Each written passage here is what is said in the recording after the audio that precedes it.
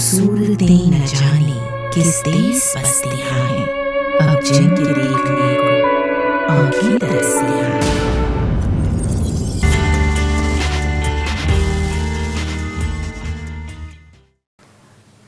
آداب ناظرین، آج ذکر حیات اللہ انصاری کا، جو ایک صحافی تھے اور جنہوں نے اپنے ہی منفرد انداز میں جدوجہد آزادی میں حصہ لیا۔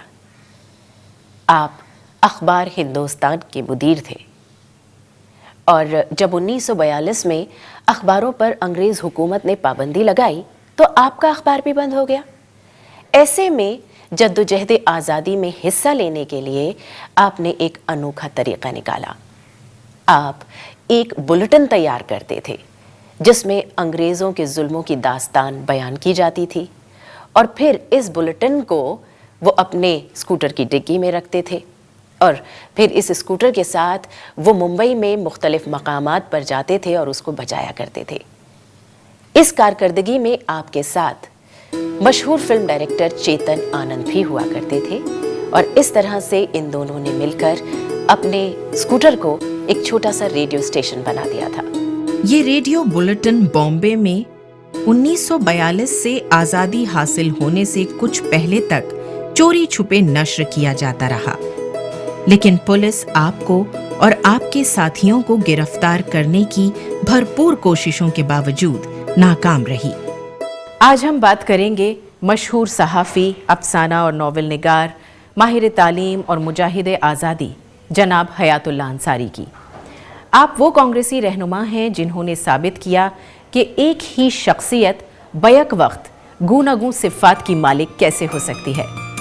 حیات اللہ انصاری نے ہندوستان اور قومی آواز میں اپنے اداریوں اور مضامین کے توسط سے ملک کے مسلمانوں میں جنگ آزادی کی جوت کو نہ صرف جلایا بلکہ اس تحریک میں مسلمانوں کو کود پڑنے کی تلقین کی۔ یہ اخبار جب نکلا اس وقت مسلم لیگ کی تحریک، جو بعد میں تقسیم وطن کی تحریک بن گئی تھی، نئی کروٹ لے رہی تھی۔ یہ اخبار اس تحریک کی سرگرم مخالفت کر رہا تھا۔ آپ ہندوستان اور قومی آواز کے علاوہ کانگریسی ہفتہ روزہ سب ساتھ کے ساتھ بھی منسلک رہے۔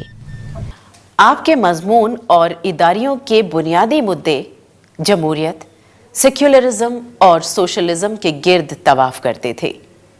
آپ نے لکھا، علی گڑھ میں میرا رجحان کمیونزم کی طرف ہو گیا تھا، اور کبھی کبھی ایسا بھی لگتا کہ میں نے اس کے حق میں فیصلہ کر لیا ہے۔ 15 سال کی کشمکش کے بعد کمیونزم کے اثرات سے نکل سکا۔ آپ نے اپنے اداریوں اور مضمون میں افسانے کی زبان استعمال کی۔ 1922 میں حیات اللہ انصاری کا داخلہ علی گڑھ مسلم یونیورسٹی میں ہوا۔ اس زمانے میں اس یونیورسٹی میں طلباء کو سیاست سے دور رکھنے کی پوری کوشش کی جاتی تھی۔ اس کے باوجود تحریک آزادی گرم ہوا کی طرح متفکر ذہنوں کو اپنی چپیٹ میں لے رہی تھی۔ ایسے میں جناب حیات اللہ انصاری اس کے اثر سے کیسے بچ سکتے تھے؟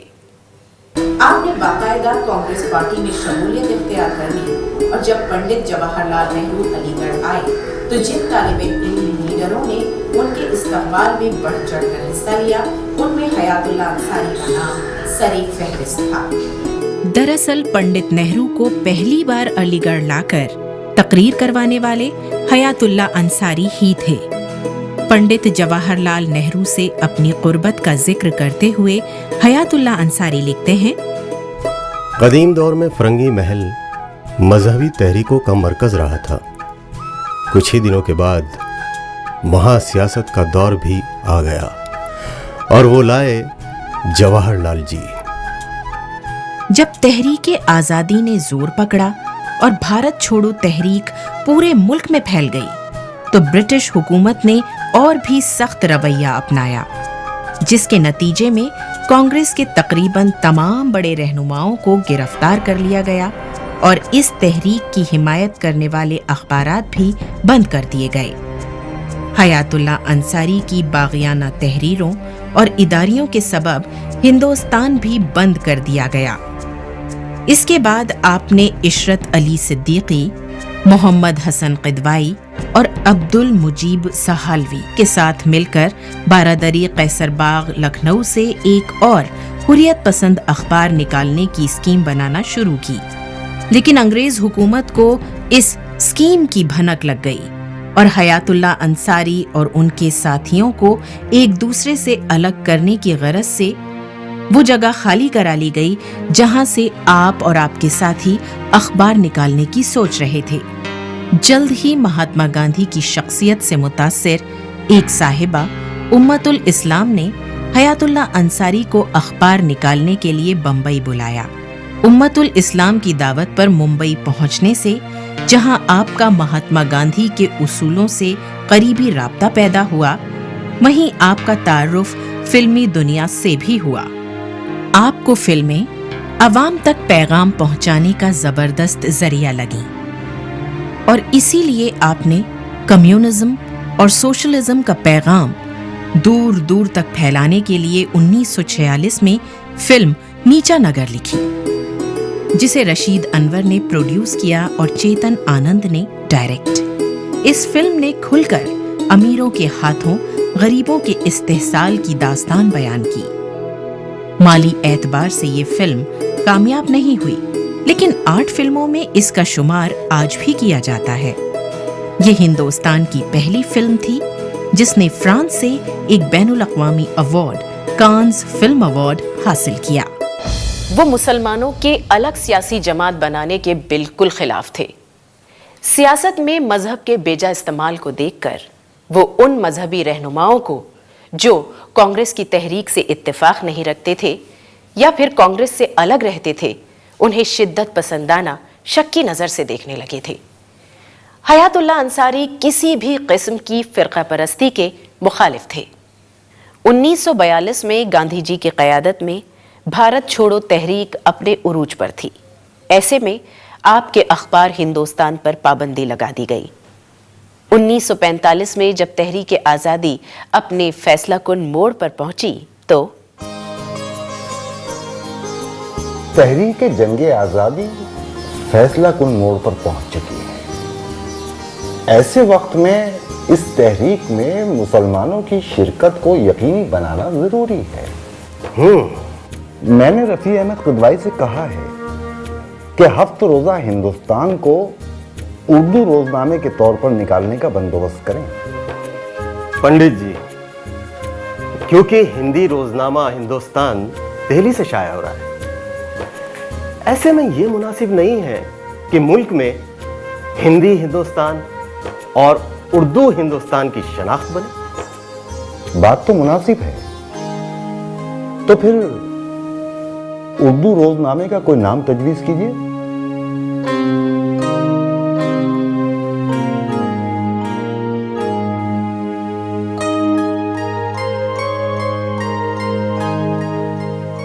कौमी आवाज। आपके अंग्रेजी रोजनामे नेशनल हेरल्ड का उर्दू में तर्जुमा है। तो फिर कौमी आवाज का पहला शुमारा किस दिन से निकल रहा है?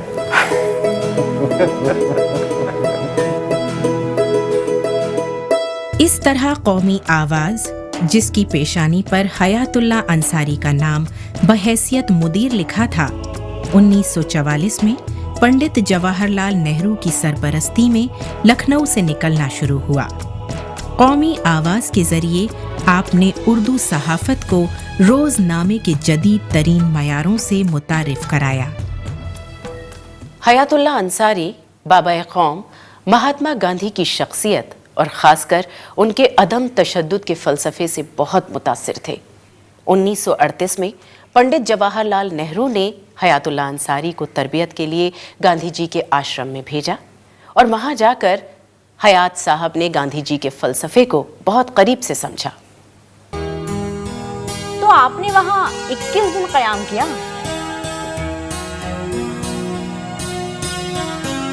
बेगम, आप क्या सोचती हैं? अगर आश्रम का माहौल नासाजगार होता तो क्या मैं एक भी दिन रह पाता?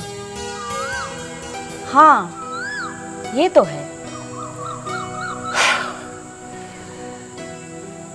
बेगम, मुझे सबसे पहली चीज जिसने बहुत मुतासिर किया,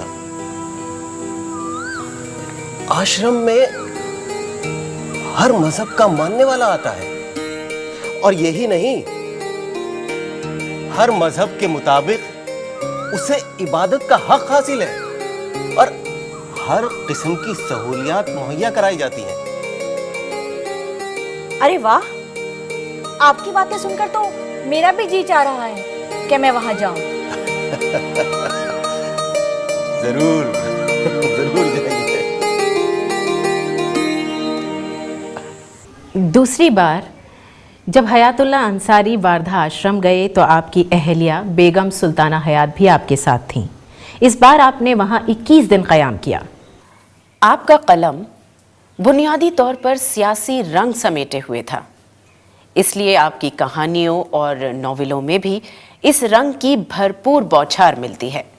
2500 सफ़ात और 5 जिल्दों पर मुश्तमिल आपका तवील नॉवेल लहू के फूल उर्दू का पहला सहाफ़ती नॉवेल है।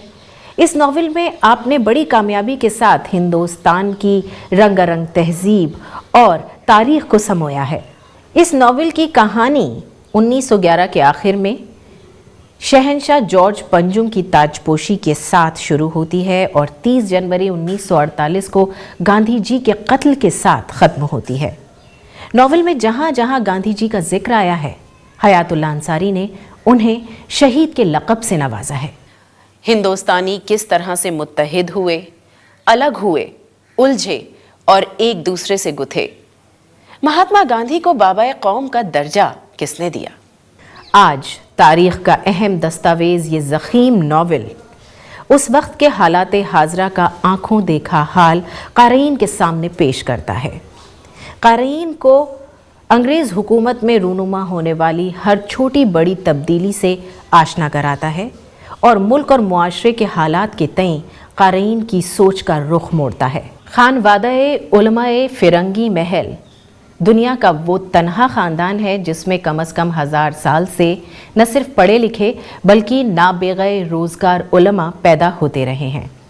हयातुल्ला अंसारी ने अपनी सवाने उम्री में दर्ज किया है, मुगल शहंशाह अकबर का एक ख़त दस्तयाब हुआ है जो उसने मेरे ख़ानदान के बुज़ुर्ग को अपनी तख्त नशीनी के 4 साल बाद लिखा था।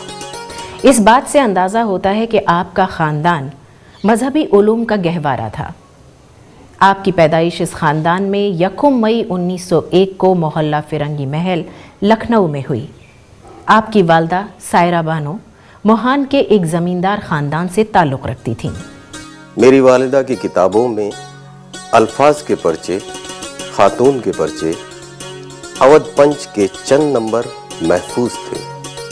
आप 4 साल के थे कि आपके सर से वालिद का साया उठ गया था। आपके वालिद मौलवी वहीदुल्ला अंसारी राजा साहब गोंडा के यहाँ मौलवी थे, लिहाजा आपके वालिद मुलाजमत के सिलसिले में शहर से बाहर रहते थे। इस वजह से आपकी परवरिश आपके दादा ने की। आपने इब्तिदाई तालीम फ़िरंगी महल की मशहूर दर्सगाह मदरसा इंतज़ामिया से हासिल की। यहाँ से सनद हासिल की, साथ ही जुबली कॉलेज लखनऊ से इंटरमीडिएट और हाई स्कूल किया, फिर लखनऊ यूनिवर्सिटी से फाजिल की डिग्री हासिल की। आपकी उर्दू की बाकायदा तालीम नहीं हुई थी। उर्दू लिखना पढ़ना आपने अपनी नानी से सीखा।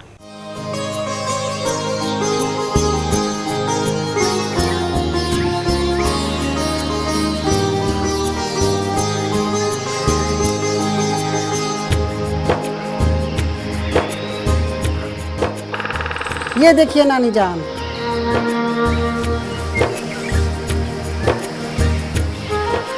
वैसे तो ठीक है, पर लिखाई और सुधारी जा सकती है। कोशिश करता हूँ। नानी जान, आपने लिखाई पढ़ाई किससे सीखी? घर में अपनी नानी से, और मेरी अम्मी ने अपनी नानी के घर से। आपका बचपन इक्तिसादी बहरानी में गुजरा। 8 साल की उम्र में जब आपके सर से दादा का साया भी उठ गया تو حالات اور بھی زیادہ ابتر ہو گئے۔ ایسے میں آپ بچوں کو قرآن اور اردو پڑھا کر کاروباری زندگی کو آگے بڑھانے لگے۔ شلجم،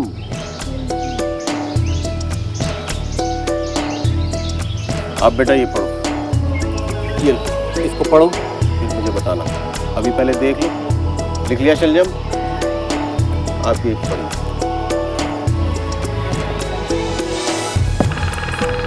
قلم،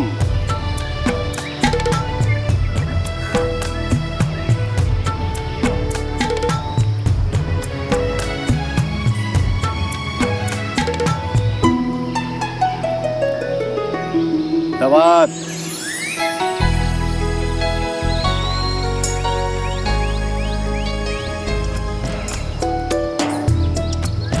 عداوت،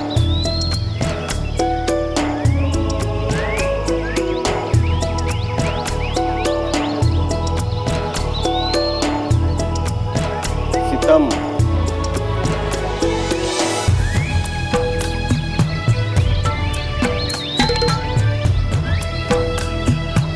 شرافت، کتاب،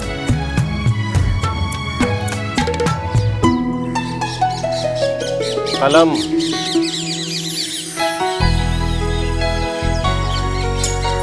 حل،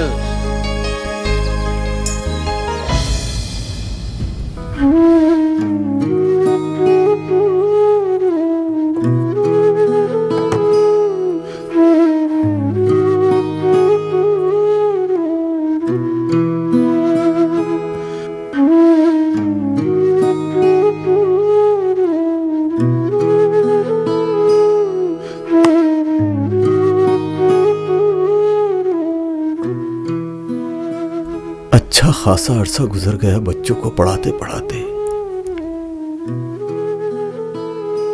لیکن ابھی تک اتنی بچت نہیں ہو پائی کہ میں مسلم اورینٹل کالج علی گڑھ سے BA کر لیتا۔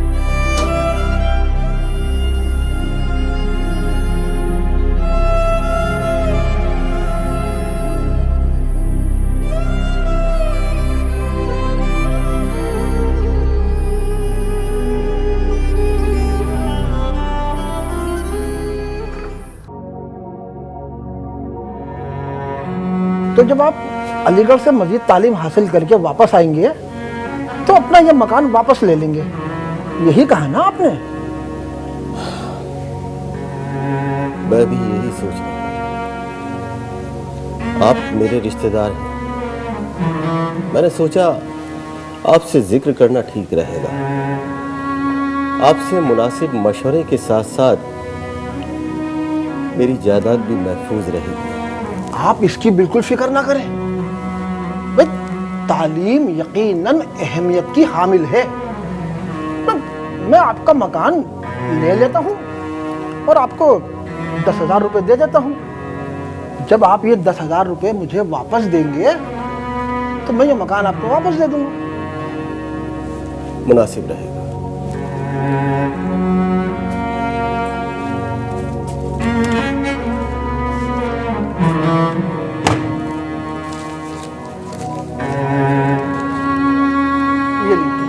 گن لیجیے، پورے 10,000 ہیں۔ شکریہ، گننے کی کیا ضرورت ہے، یہ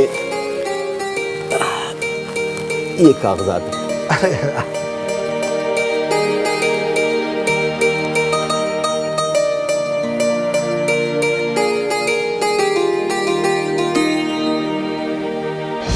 आप जब बीए करने के बाद अलीगढ़ से वापस आए और 10,000 रुपए इकट्ठा करके अपने रिश्तेदार के पास हवेली छुड़वाने के लिए गए तो रिश्तेदार हवेली वापस करने के अपने वादे से बिल्कुल ही मुकर गया। इस तरह के और भी बहुत से तजुर्बात हयातुल्लाह अंसारी को हुए। उनकी शुरुआती जिंदगी मशक्कत भरी गुजरी। यही वजह है कि उनकी तबीयत में सब्र और शुक्र कूट कूट कर भरा था। आप कौमी आवाज़ के मुदीर थे। 1955 में ये अखबार सख्त माली बहरान से दो चार था। 18 महीनों से आपको तनख्वाह भी नहीं मिली थी कि इसी बीच आपकी बेटी सख्त बीमार हो गई और आप उनका मुनासिब इलाज भी नहीं कर सके, जिसकी वजह से बेटी का इंतकाल हो गया। लेकिन ये दाग भी आपने सब्र के साथ झेल लिया। हयातुल्लाह अपना काम खुद करने के आदी थे। कभी किसी पे हुक्म सादिर नहीं किया करते थे। आप सब पर आसानी से भरोसा कर लिया करते थे। हॉकी खेलने और तैराकी के अलावा आपको कुछ अनोखे शौक भी थे। रस्सों के जरिए छोटे मोटे टीलों पर चढ़ना और सांप पालना। उनके मकान के ड्राइंग रूम में सांपों को रेंगते देखा जा सकता था। आप तालीम आमा के बहुत बड़े पैरोकार थे। कलमी मसरूफियात के बावजूद आपने लोगों को ख्वांदा बनाने और उनमें तालीम आम करने का बीड़ा उठाया। इस गरज से आपने लखनऊ में तालीम घर नाम से एक इदारा कायम किया। आपने तालीम बालिगां पर भी जोर दिया। पुख्ता उम्र के लोगों को उर्दू हिंदी सिखाने की गरज से उर्दू कायदा लाला तालाला और हिंदी कायदा 10 दिन में लिखा तैयार किया। जब मैं वहां टहलने गया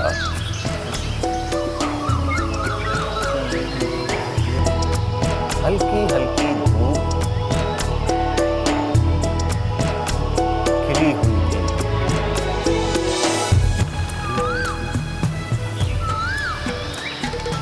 क्या बात? कुछ नहीं। मैं देख रहा हूं जब से आपकी पढ़ाई की तरफ तवज्जो नहीं। मैं अभी इस उम्र में क्या लिखाई पढ़ाई करें, मुझे तो ये आदमी यहाँ लेकर आया है।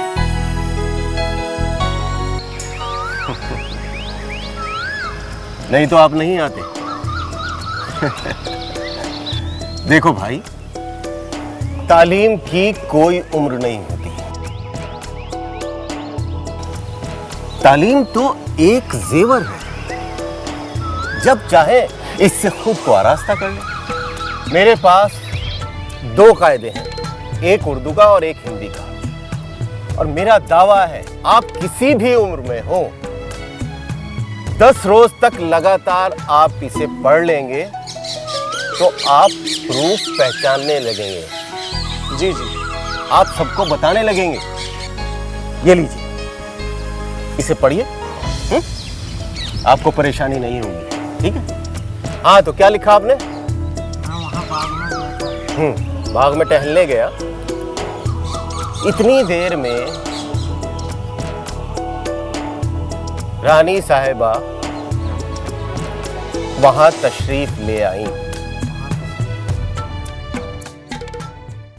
गांधीयाई तर्ज फिक्र के मुफक्किर हयातुल्लाह अंसारी को हुकूमत हिंद ने 4 मरतबा खैर सगाली मिशन के साथ गैर मुमालिक में भेजा।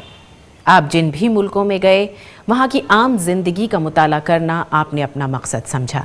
आप चाहे अमेरिका गए या ईरान, वहाँ की गंदी बस्तियों में जाकर उनका जायज़ा लेना आपने ज़रूरी समझा। हयातुल्लाह अंसारी की कंट्रीब्यूशन और काबिलियत को देखते हुए उन्हें 1952 में उत्तर प्रदेश कानून साज काउंसिल का रुकन नामजद किया गया। 1966 और 1988 में उन्हें राज्यसभा मेंबर बनाया गया। हयातुल्लाह अंसारी 18 फरवरी 1999 को इस दुनिया से कूच कर गए। ये उनका 28वां दिल का दौरा था जिसने उनकी जान ली। इससे पहले जब दिल के दौरे पड़े और लोग परेशान हुए तो उन्होंने कहा, तुम लोग घबराते क्यों हो? जब तक मेरा मिशकात 10 साल का नहीं हो जाता, मुझे कुछ नहीं होने वाला। और यही हुआ भी। 17 फरवरी 1999 को आपके पोते मिशकात हयातुल्लाह 10 साल के हुए और अगले ही रोज हयात साहब ने दुनिया को अलविदा कह दिया। कहाँ गए वो लोग जिनके इरादे पुख्ता थे, जिनका कलम हक की बात करता था, जो ना कभी कुर्सी के आगे झुका न पैसे के। हयातुल्लाह अंसारी को सलाम, उनके कलम को सलाम। वो सूरतें न जाने किस देश बसतियां हैं, अब जिनके देखने को आंखें तरसतियां